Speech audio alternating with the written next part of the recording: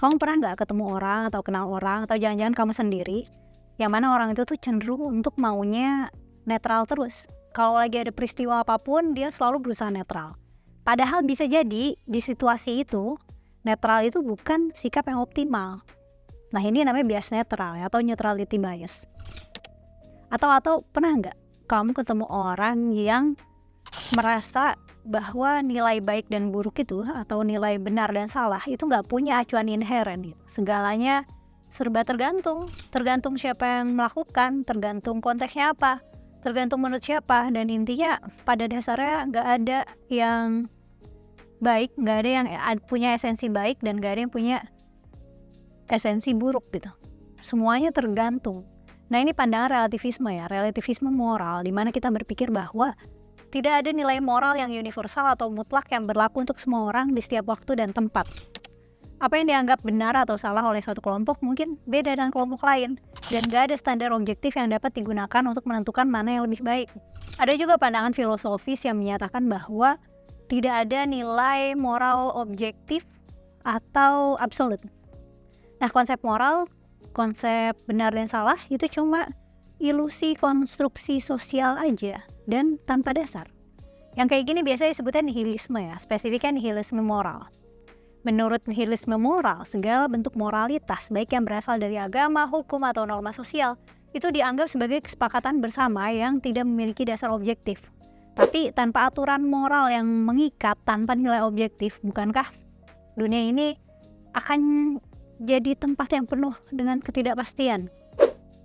Nah, kalau kerangka moral agama, masuknya kerangka moral objektif ya, tapi subjektif. Jadi gini, karena agama biasanya kan menawarkan seperangkat nilai dan aturan yang dianggap berlaku mutlak oleh para pengikutnya, yang kadang bahkan oleh pengikut agama lain juga ditetapkan gitu untuk mereka.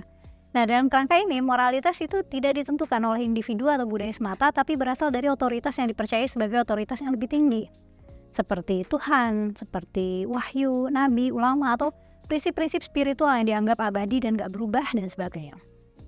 Meskipun sering dibilang sebagai moral objektif, itu karena dianggap objektif oleh yang percaya, sehingga sebenarnya ini tuh subjektif, atau kita bisa pakai istilah intersubjektivitas gitu. Ketika ada pandangan subjektif tapi kolektif gitu, tapi rame-rame yang percaya tuh banyak kan, sehingga bisa terkonstruksi lah ini ilusi objektivitas. Nah, kerangka moral agama ini jadinya biasanya gak bisa ngasih ruang opini, gak bisa ngasih ruang budaya dan situasi karena sifatnya yang mutlak tadi ya. Misalnya, kalau makan babi itu haram menurut agama, maka di konteks apapun, di budaya yang bagaimanapun hukumnya tetap haram. Nah, ini kalau pakai kerangka moral agama ya. Nah, di dunia di mana nilai toleransi dan kebebasan berpendapat itu sering digaungkan, kita jadi sering ketemu orang yang bias netral. Menurutku bisa jadi orang yang bias netral ini memang gak mau punya gesekan sama siapapun, jadi cinta damai, karena toleran, karena menghindari konflik. Tapi kadang bias netral ini bisa bikin kita memburamkan batas antara benar dan salah, dan jadinya bakal ada kebingungan moral gitu. Ketika setiap pandangan dianggap setara, kita berisiko merelatifkan isu-isu yang seharusnya menjadi jawaban moral yang lebih tegas.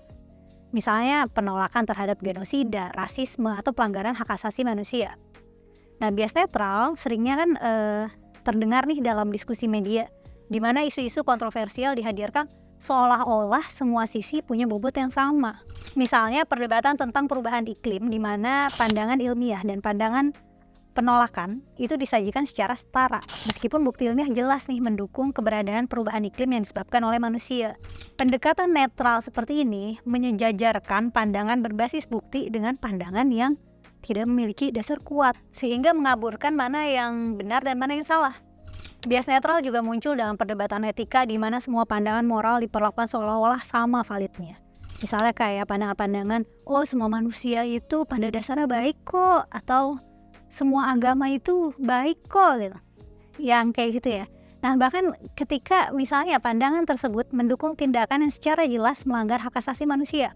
Nah, ini kan bikin bingung dan bikin orang sulit untuk ngambil sikap tegas terhadap masalah moral yang seharusnya bisa jelas. Nihilisme moral dan bias netral itu dampaknya signifikan ya dalam kehidupan sehari-hari, terutama dalam perihal mengambil keputusan etis dan sosial. Ketika kita menganggap bahwa tidak ada nilai moral yang benar-benar objektif, kita cenderung menjadi apatis terhadap ketidakadilan. Dalam masyarakat yang semakin pluralistik, bias netral ini sering kali membuat kita ragu untuk mengecam perilaku yang salah karena khawatir dianggap tidak toleran gitu atau dia dianggap judgmental. Dalam konteks politik, nihilisme moral itu bisa mengarah pada sinisme dan ketidakpercayaan terhadap institusi. Kalau misalnya kita percaya bahwa semua politisi korup dan semua sistem rusak, maka jadi nggak orang-orang nih kayak kita rakyat biasa jadi nggak punya dorongan untuk memperjuangkan perubahan atau berpartisipasi dalam proses demokrasi gitu. Jadi sinis banget. Nah, demikian juga bias netral dalam pemberitaan dan diskusi publik itu bisa memperkuat disinformasi gitu, karena semua opini dianggap memiliki tempat yang sama tanpa memandang kebenaran objektif. Nah, perihal kebenaran objektif ini mungkin bisa dilihat di video-video lama aku ya. Aku pernah bahas tentang kayak konsep benar salah dan sebagainya, nanti aku bikinin playlist. Nah, salah satu contoh paling ekstrim dari nihilisme moral dalam sejarah itu mungkin rezim Nazi di Jerman ya, di bawah kepemimpinan Adolf Hitler. Mereka melakukan genosida yang sistematis terhadap jutaan orang, terutama orang Yahudi, selama Perang Dunia Kedua. Dan Nazi menolak konsep moralitas tradisional dan menggantikannya dengan moralitas yang dibentuk sesuai ideologi supremasi rasial. Mereka menciptakan sistem nilai baru di mana tindakan sebelumnya dianggap sebagai kejahatan gitu, seperti pembunuhan massal dan eksperimen manusia, jadi dibenarkan, dijustifikasi, dan bahkan dipuja. Nihilisme moral dalam konteks Nazi Jerman memungkinkan pembenaran kekejaman atas dasar keagungan ras Arya dan kebencian terhadap mereka yang dianggap inferior. Nilai-nilai universal tentang hak asasi manusia dan moralitas dasar dihancurkan dan digantikan oleh aturan brutal yang membenarkan pembantaian massal. Nah, dalam hal ini nihilisme moral menjadi alat kekuasaan yang menakutkan ya, di mana konsep benar dan salah sepenuhnya ditentukan oleh mereka yang memiliki kekuatan untuk mendefinisikannya gitu. Contoh lain dalam konflik modern ya, konflik yang masih berlangsung sekarang, konflik Israel-Palestina, itu bias netral seringkali memainkan peran yang signifikan dalam membentuk persepsi publik. Media dan wacana politik sering menyajikan konflik ini seolah-olah kedua pihak memiliki klaim yang sama validnya. Jadi mengaburkan realitas kekerasan, mengaburkan penindasan, dan ketimpangan kekuatan yang terjadi di lapangan. Nah, pendekatan netral ini yang berusaha menampilkan kedua sisi secara seimbang seringkali gagal menggambarkan penderitaan warga sipil dan ketidakadilan yang mendasari konflik tersebut. Ketika media menggambarkan bentrokan antara militer Israel dan warga Palestina hanya sebagai konflik dua pihak, ini kan jadinya mengaburkan kenyataan tentang ketidakseimbangan kekuatan antara negara yang memiliki salah satu militer terkuat di dunia dan penduduk sipil yang terjajah. Nah, ini makanya bias netral di kasus ini bikin publik sulit untuk menentukan mana yang benar, mana yang salah gitu, karena kedua belah pihak dianggap setara dalam kesalahan dan klaim mereka. Belum lama kan ada kasus di mana tentara Israel memperkosa tahanan dalam keadaan tangan terikat. Nah, udah gitu ada votingnya. Itu warga Israel mereka voting tinggi, aku lupa berapa, mereka merasa itu adalah hal yang boleh gitu, dan harusnya tentara itu nggak dihukum. Nah, ini kalau kita masih bias netral di sini, maksudnya masih menggunakan pendekatan netral untuk melihat ini kan kacau ya. Nah, bias netral ini juga terlihat dalam diskusi tentang serangan terhadap warga sipil.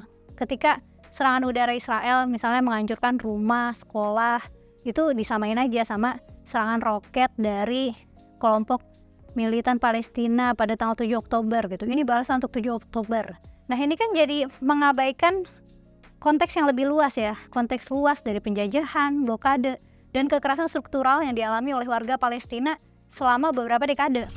Dengan memperlakukan kedua tindakan ini secara setara, bias netral itu jadinya berkontribusi pada normalisasi kekerasan yang sebenarnya sangat tidak seimbang. Bias netral ini bukan hanya mempersulit publik untuk bisa memahami konflik dengan jelas, tapi juga memperburuk kebingungan moral gitu di antara misalnya para pemirsa ya kalau untuk media, dan juga para pembuat kebijakan.